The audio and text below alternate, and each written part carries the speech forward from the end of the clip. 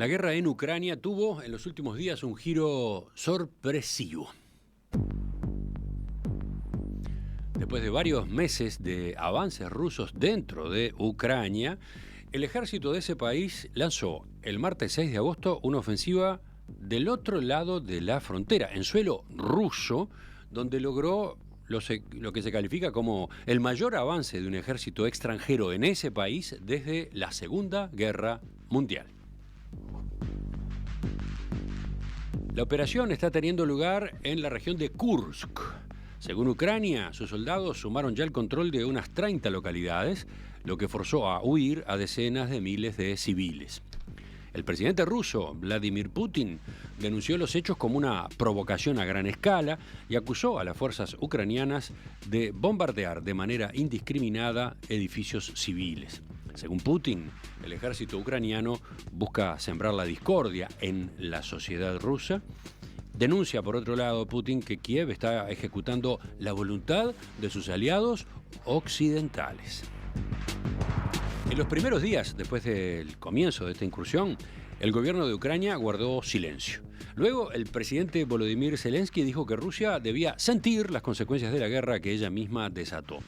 Y más tarde, Zelensky admitió que buscaba trasladar la guerra a Rusia y apoderarse de las zonas desde las cuales se bombardea la región de Sumy, situada en Ucrania, frente a la de Kursk.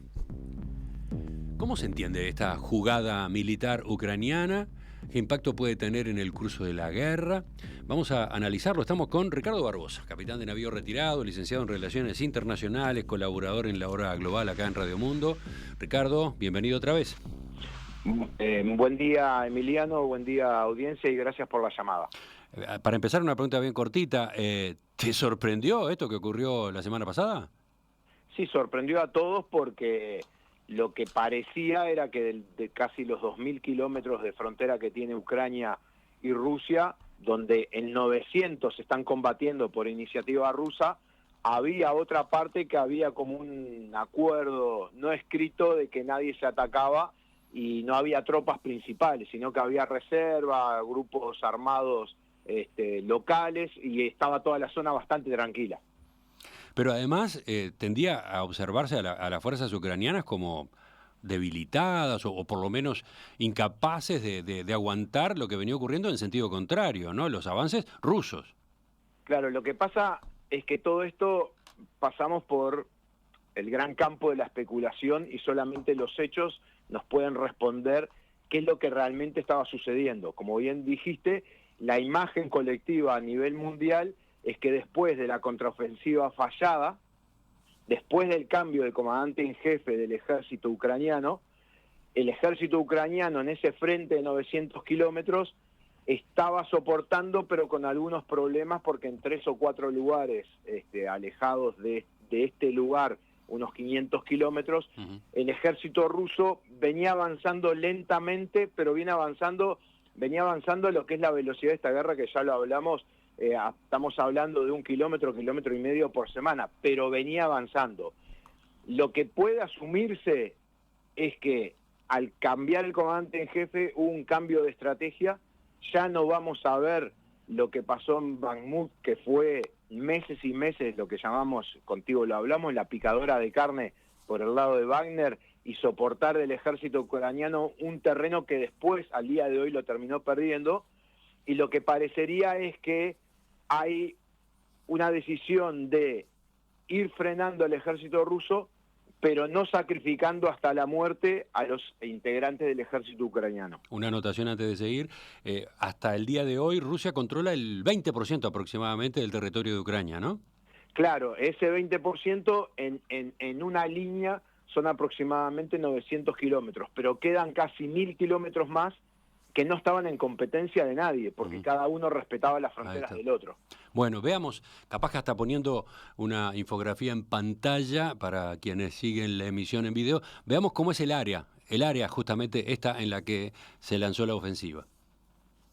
O sea, el área donde se lanzó la ofensiva, si están viendo ahora el mapa, que es lo fundamental, pero para los que nos están escuchando y no lo ven, lo que ustedes tienen que ver es que el avance se dio los óblasts vendrían a ser las provincias o departamentos. Del óblast de Suni se lanzan por el eje principal, que es la carretera que une con la capital Kursk, donde también hay una central nuclear y donde en la Segunda Guerra Mundial fue la zona de batalla de más cantidad de tanques. Hubo alrededor de casi 1.400 tanques entre rusos y alemanes. Sí, Sumi del lado ucraniano, Kursk del lado ruso, ¿no? Exacto. Por eso es simbólico esa zona, porque es una de las zonas que el Ejército Rojo combatió con decisión al ejército nazi y provoca parte de la derrota que después termina con la caída de Alemania. Pero si ustedes miran un poco, la mancha es como una mancha de aceite que se va expandiendo según los lugares que no tiene resistencia. Entonces, las tropas que hay ucranianas, que por lo que he visto en algunos videos que me han llegado, está infantería marina y se habla de tropas aerotransportadas. ¿Qué quiere decir esto? Que son tropas de primer nivel que están acostumbradas a combatir en terreno enemigo en condiciones difíciles. ¿Por qué digo esto? Porque la incursión, que es la entrada al territorio ruso, el problema que vos tenés es que caminás en un filo de que sea una gran victoria, pero puede ser una gran derrota, porque cuanto más entrás, más corres el riesgo de que te puedan aislar. Por eso en ese mapa ustedes ven que la base es muy ancha y la profundidad no es tanta. Hay temas técnicos. Si vos avanzás, ponele 20 kilómetros, 30 que es lo que se está hablando ahora, la artillería que vos tenés ucraniana puede operar desde el territorio ucraniano. Pero aparte, al ser la base tan ancha, lo que te puede pasar es que te frenen en el frente y que sea difícil entrar por los costados. Ajá. Para terminar de darle datos a los oyentes, esta zona de la frontera se encuentra, digamos, al noreste de Kiev, ¿no? De la capital ucraniana. Sí, exacto. Si uno mira el mapa, es como mirar la parte de arriba, en la mitad de esa línea donde no había combates, y hace un par de días, un poco más al sur, que es Belgorod, hubo otra entrada, que ahí lo que está demostrando es que lo que da la impresión es que la idea es abarcar una base muy ancha para tener más territorio, y no hay que olvidarse que si bien nosotros ahora estamos en invierno, allá están en verano, cuando empiece nuestra primavera, que es dentro de un par de meses, allá empieza lo que se llama la rasputiza, que es la época de lluvia, y después viene el congelamiento por la nieve. O sea, las operaciones militares van a quedar casi quietas. Ya dijiste algo a propósito de estas tropas. ¿Cuántos militares participan? Unos 4.000, ¿verdad? Se habló en un principio de entre 2.000 y 20.000, pero las informaciones más fiables se habla de 2 brigadas que son alrededor de 8.000 efectivos. ¿Qué objetivos se persigue con esta incursión? Vos en la guerra normalmente o tenés tablas, que los dos quedan quietos, que una vez lo estuvimos hablando, de que no hay casi avances, o alguien tiene la iniciativa. Y si vos recordás, desde septiembre del 2022, que fue la ofensiva sobre la zona norte, sobre Kharkov, Ucrania no ha tenido victorias. Ha tenido victorias en el Mar Negro y en la zona de Crimea con hundimiento de barcos y submarinos. Pero la parte del Mar Negro, la parte marítima, no impacta tanto en la población, porque la guerra es como si vos cortaras una torta de varias capas. Tenés el enfrentamiento, tenés la parte psicológica, tenés la parte de comunicaciones, tenés la parte de guerra híbrida. Ucrania tiene fuerzas especiales en Siria y en África. O sea, la guerra se está dando en varios lugares. Uno de los lugares fundamentales para el Estado ucraniano es la moral de la población, lo que se llama guerra psicológica. Y desde que terminaron la contraofensiva, que no pudieron avanzar y fue un fracaso, más la retirada o la no entrega de equipamiento militar por parte de Occidente, que provocó el repliegue y el ataque que hubo hace un par de meses de casi 30.000 efectivos en el norte, en la zona de Kharkov, que tuvieron que frenarlos dentro del territorio ucraniano, en esa lógica de no morir en la línea, sino ir dando profundidad e ir agotando al enemigo dentro del territorio ucraniano. Esto es como que estás corriendo y te tropezás con una piedra y te puede pasar 2 cosas, o te recuperás o te caes. Esto es cambiar la iniciativa, es cambiar el relato de la guerra y es demostrar que todavía el ejército ucraniano, con todas las dificultades que tiene capacidades no solo profesionales, sino técnicas, porque este avance está demostrando un gran uso de contramedidas electrónicas y uso de drones, para la población ucraniana y obviamente para contrarrestar la propaganda y comprometer la opinión política del Estado ruso. Está por otro lado lo que el propio presidente Zelensky decía, y yo citaba recién, apoderarse de las zonas desde las cuales se bombardea la región ucraniana de Sumy, que justamente está cerca de la frontera, ¿no? Claro, de ahí han partido algunos ataques, pero lo que está dando él es tratando de conseguir un colchón que obliga al ejército ruso a retirarse de la frontera, y hay algunos que especulan una situación que Uruguay la vivió en el siglo XIX, cuando Rivera toma las Misiones Orientales y la cambia por la provincia oriental.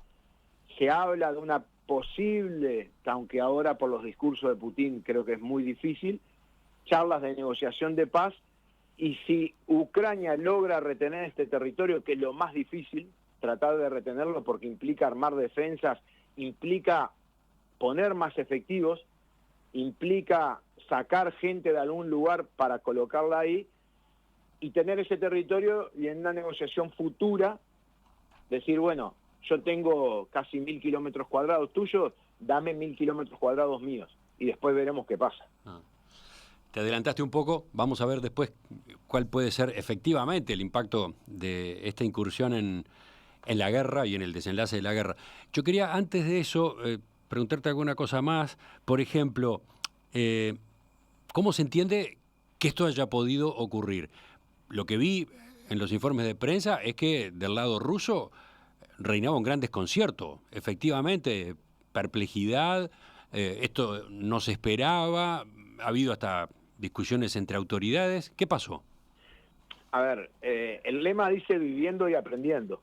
Entonces, esta guerra que ya lleva 2 años, los dos bandos aprenden, uno aprende más que el otro, y aparecen nuevas formas para poder neutralizar toda esa tecnología, como son los satélites, son los drones. Hay un detalle que no hay que olvidarse, que tú lo mencionaste en una nota. En marzo, Ucrania sacó con problemas, debido a este tema psicológico de que el desgaste de la guerra, sacó la ley de movilización. La ley de movilización implica 300.000 efectivos nuevos, reclutados entre 27 y 35 años. Esos efectivos iban a empezar a entrar las primeras camadas de agosto a octubre. Lo que podemos asumir es que las primeras camadas ya entraron, fueron a la franja de 900 kilómetros, y de a poco, en pequeños grupos, fueron retirándose hace ya meses para distribuirlo en la zona de Sumy, y después, cuando se tomó la decisión, se concentraron y realizaron el ataque. ¿Por qué digo esto? Porque el primer aviso que puede tener el opositor, tanto ucraniano como ruso, es la concentración de tropas que se detecta por satélite o se detecta por los drones. En la guerra, la sorpresa es un gran componente que puede cambiar muchas cosas. En este caso, como pasó en Kharkov en el septiembre del 2022, el ejército ucraniano otra vez logró la sorpresa en una acción táctica. ¿Qué quiere decir esto? Que es una acción de bajo nivel que no va a cambiar la guerra. Pero bueno, agarró distraídas a las autoridades del otro lado, ¿no? Por un lado a los contingentes militares, por otro a funcionarios, jerarcas. De algún modo, veía eso en algunos análisis, esta operación puede minar la confianza de la población rusa en Putin, ¿no? Putin de algún modo ha asegurado, ha sostenido que la gente en Rusia está protegida, que la gente en Rusia está a salvo de una cosa así, que la guerra era del otro lado, ¿no? Claro, a ver, Sun Tzu, que es un libro que se utiliza mucho, que es de nivel táctico, o nivel de cosas cotidianas, decía, evita lo que es fuerte, ataca lo que es débil. Ucrania, en todo el frente de batalla, porque, a ver, no podemos caer en la dialéctica del discurso político. Rusia está en guerra con Ucrania. Que se esté dando la guerra por iniciativa rusa en 900 kilómetros no quiere decir que la guerra no se puede dar en los 2000 kilómetros de frontera. Ucrania detectó la parte débil.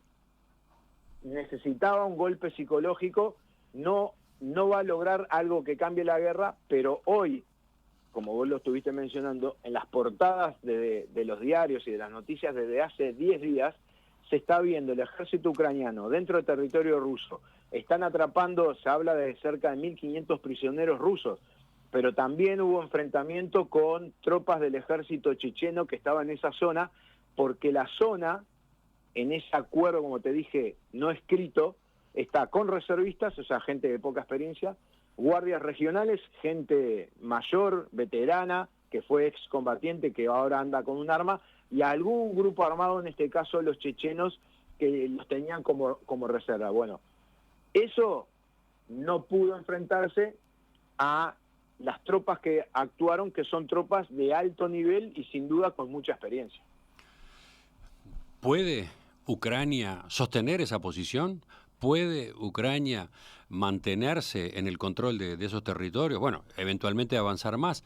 Lo pregunto por lo que tú venías describiendo, ¿no? El volumen de este contingente y lo que está del otro lado, el poder de las Fuerzas Armadas rusas, que además, bueno, están en su propio territorio. Demorarán, pero van a llegar, ¿no? Claro, a ver, Rusia es un país inmenso, el ejército ruso se habla de 1 millón de efectivos, 400.000 están implicados en esos 900 kilómetros. Lo que me preguntabas anteriormente, el discurso político de la cúpula política rusa, obviamente que a través de los medios que controla están diciendo de que esta situación no están respondiendo porque se están tomando su tiempo para hacerlo bien, pero tenés todo un problema de redes sociales que muestra otra realidad. También tenés el problema de que ya se está hablando más de 125.000 personas evacuadas de los lugares, y después, sin duda, la gran pregunta que el tiempo nos va a decir es si Ucrania puede sostener eso, porque sostener eso implica una logística muy importante para poder fortificar, porque la zona no estaba ni siquiera fortificada por el ejército ruso. O sea, no es que conquisto lugares que ya estaban fortificados y ahora los hago míos. Tengo que empezar de cero. Hoy, casi los 1.000 kilómetros cuadrados son aproximadamente entre 50 y 60 kilómetros de base por 20 kilómetros de frente. Bueno, todo ese perímetro yo lo tenía que fortificar físicamente, darle la cobertura de armas, artillería, misiles de largo alcance, y todavía tengo que seguir atendiendo los 900 kilómetros que tengo más en el sur. Difícil, entonces. Está difícil. Yo creo que la clave son los nuevos reclutas, que los estarán fogoneando, los estarán entrenando, los estarán haciendo vivir experiencia para frenar en el sur los avances con instalaciones físicas, llámese búnkers, llámese zanjas, y todo lo que es tropa de nivel, mandarla a esta nueva parte, porque si nosotros dentro de 3 meses hablamos de que Rusia recuperó, estamos hablando de una victoria rusa, una derrota ucraniana y un sacrificio de hombres ucranianos de alto nivel. Por supuesto, esto es muy difícil de comprobar, pero la información que ha circulado en estos días señala de que Ucrania dio este paso sin informar a sus aliados. Por ejemplo, que en Estados Unidos no sabían, o en Europa no sabían. Por supuesto, ni siquiera, es obvio entonces que tampoco se pidió permiso, tampoco se pidió autorización para ir por este lado.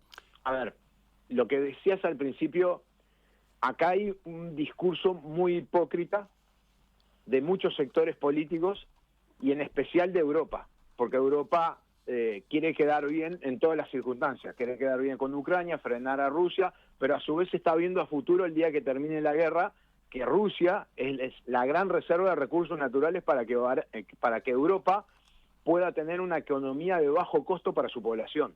Esa es la mirada a futuro.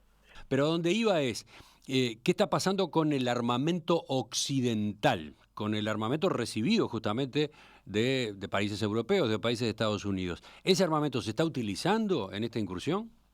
Ahora, históricamente, nos pasa acá en el Uruguay, cuando uno compra equipamiento, normalmente las trabas que ponen es el traspaso del equipamiento de un lugar al otro. Pero cuando vos compras equipamiento para usar en la guerra, a las empresas deben quedar contentas porque el equipamiento de ellos funciona bien. Políticamente queda mal porque es una cosa que no se entiende, muy hipócrita, porque te abastezco de armas, pero si entras en el territorio del enemigo, mis armas no las podrías usar. Lo que se ve en los medios, las filmaciones que están viniendo de la zona de combate, están muy bien armadas y están muy bien seleccionadas, porque lo que se ha visto es vehículo de transporte a un vehículo para levantamiento de minas occidentales, los Marder, los Hammer, pero lo que no se ha visto es qué blindados han entrado dentro de Rusia, porque podrían ser blindados ucranianos o de la época soviética, entonces ningún país occidental estaría metido, o podrían ser los Leopard alemanes o los Abrams o los Challenger británicos. De todos modos, estamos hablando de algo delicado, ¿no? El uso de armamento proveniente de países occidentales para meterse en suelo ruso complica el vínculo con Moscú, ¿no? Ya Vladimir Putin ha reaccionado y ha advertido a propósito de esto, ha señalado que si eso se comprueba va a tomar represalias más severas contra Occidente, ¿no? Eso es la dialéctica y es el discurso político, es el nivel del discurso, pero sería muy hipócrita decir, yo te doy el armamento para combatir contra tal, pero cuando vos vas a entrar en territorio de él porque te va bien, no lo podés usar. El gran problema de Occidente, ese es el discurso político. La realidad es que algunos armamentos que son de última tecnología, el miedo es que Rusia los pueda capturar y los pueda estudiar, por ejemplo. Ahí tenés otro aspecto sensible, ¿no? Claro, los misiles Taurus, que son de largo alcance alemanes, es la defensa estratégica de Alemania hasta el 2050. Ajá. Entonces, normalmente puede fallar, lo pueden derribar o lo pueden capturar intacto. Entonces sería un problema para Alemania, porque todo el avance tecnológico que tiene para su defensa de acá al 2050 está comprometido. Lo otro que me parece bueno señalar acá es que las autoridades europeas o estadounidenses que han opinado sobre esta incursión ucraniana en Rusia la justifican en el entendido de que justamente Ucrania no está invadiendo Rusia, sino que lo que está haciendo es defenderse, ¿no? Pertrecharse mejor con respecto a una zona desde la cual es atacada. Un evento vos lo podés relatar de varias maneras.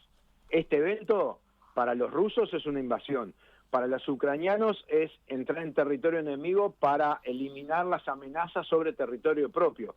Para Occidente es ver lo que pasa, para Estados Unidos es seguir el proceso de desgaste de Rusia para que a futuro se debilite. Cada cual lo ve como quiere y hace la propaganda que quiere. En base a aportes de los oyentes.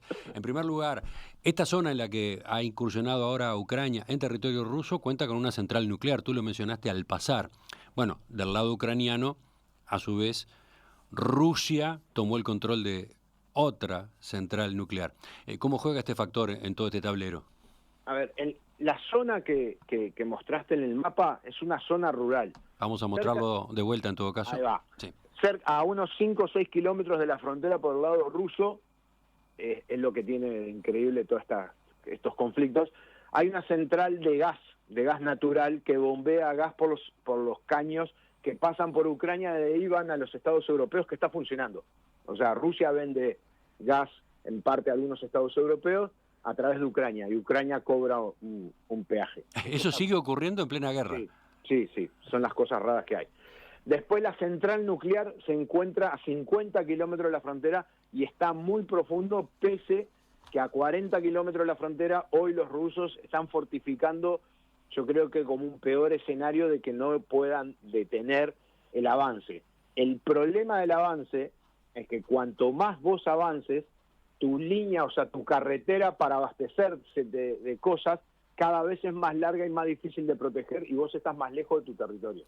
Entonces, vamos a ver qué pasa en estos días, pero supongo que si pasa algo, lo que va a pasar es que se va a ensanchar y no se va a profundizar, porque los metros cuadrados no importa si son para adelante o para el costado. Y para terminar, tú mencionabas hace un rato lo que fue una etapa de la guerra reciente, aquella en la que estaba al frente de la ofensiva rusa el grupo de mercenarios, aquel liderado por Prigozhin, ¿no? Sí, a ver, Wagner cuando avanza hacia Moscú, ahí mostró que el espacio ruso está vacío, porque no se olviden de que derribó 2 helicópteros, destruyó 2 tanques y lo detuvieron por negociaciones. Ese fue un antecedente, digamos. Ahora, en la distancia, lo que te está diciendo es que Rusia tiene concentrado todos esos 900 kilómetros y después tiene pequeñas cosas, pero para una fuerza de nivel no tiene nadie a quien se lo ponga. Entonces, de ahí a Moscú podrían seguir derecho, que ese es el gran problema. De todos modos, tú lo mencionabas porque decías en aquella época lo que ocurrió fue una carnicería, ¿no? Sí, el Bakhmut, sí, lo hablamos como la picadora de carne. La 50.000 picadora personas. de carne. Dice un oyente, Albérico, los nuevos reclutas, estos que está poniendo en juego Ucrania, son solo carne de cañón. Han vuelto a luchar en trincheras como en la Primera Guerra Mundial. No hay duda de que esta guerra es complicada, se volvieron a parámetros que se habían olvidado, y el problema de cualquier recluta es el nivel de entrenamiento que tiene previamente y no van directamente al frente. Hay un proceso de ir adaptándolo, primero va a unidades de retaguardia, va a combate 2 o 3 días, vuelve para atrás, entonces hay un proceso. ¿Que van a morir unos cuantos? No hay duda, pero lo que pasa es que nadie nace sabiendo combatir, hay que entrenarlos, y el Estado ucraniano necesita personal que era civil, que hacía actividades civiles, y en 12 semanas, que era lo que sucedía en la Segunda Guerra Mundial, transformarlo en un combatiente mínimo para que después con experiencia se siga sosteniendo. Enseguida completamos la entrevista de análisis con Ricardo Barbosa, sobre todo para mirar qué puede ocurrir a partir de esta ofensiva ucraniana en territorio ruso, ante posibles conversaciones de paz, cómo jugaría este factor. Fue inesperado, fue toda una sorpresa. El ejército de Ucrania, que venía complicado por avances rusos en una zona de su territorio, lanzó la semana pasada una ofensiva del otro lado de la frontera, en territorio de Rusia, en la región de Kursk, donde, según informa, logró controlar unas 30 localidades y provocó la huida de miles de civiles. Ha sido, dicen los analistas, el mayor avance de un ejército extranjero en suelo ruso desde la Segunda Guerra Mundial. Estamos examinando esta novedad con Ricardo Barbosa.